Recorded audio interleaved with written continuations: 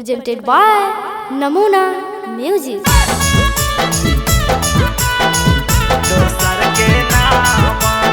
Mixed by SP Nitish.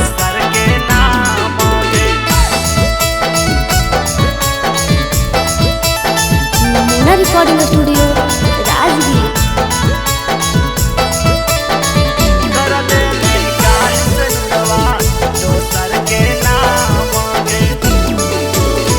कहानी बाबू सोना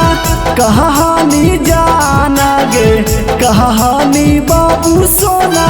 कहानी जाना गे फिर काहे कैल सनुरवा दोसर के नाम गे कर लेनी काहे सनुरवा दोसर के नाम गे तोरा पर हम कैले हलियाऊ सब कुछ कुरवाना गे तोरा पर हम कैले हलियाऊ सब कुछ कुरवाना गे फिर काहे कैले सनुरवा दोसर के नाम गे कर लेनी काहे सनुरवा दोसर के नाम गे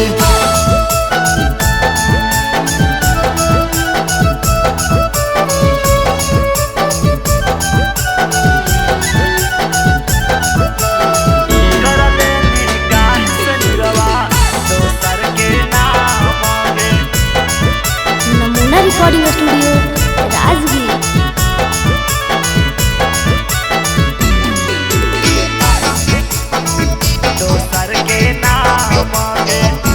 हे गे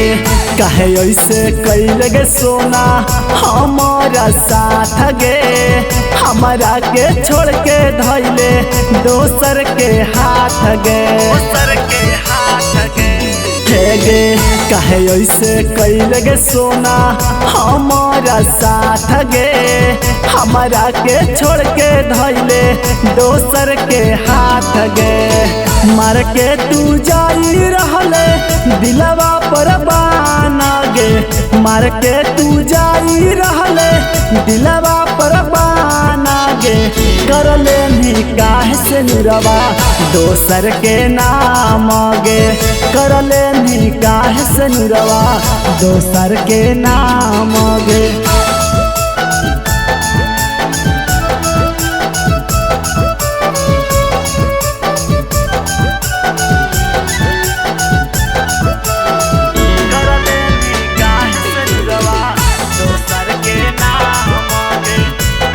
Namuna Recording Studio,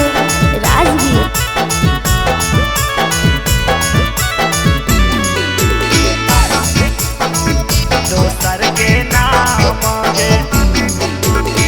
बचपन के बादा जान सभे भूलइले रतिकांत चंदन के काहे रोवाइले हे गे बचपन के बादा जान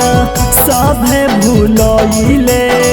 रतिकांत चंदन के काहे रोवाइले यहाँ न जया के ला सोना दे तो जाना गे यहाँ न जया के ला सोना दे तो जाना गे कर लेनी काहे से नुरवा दोसर के नाम गे कर लेनी काहे से नुरवा दोसर के नाम गे Namuna Recording Studio, Rajgir.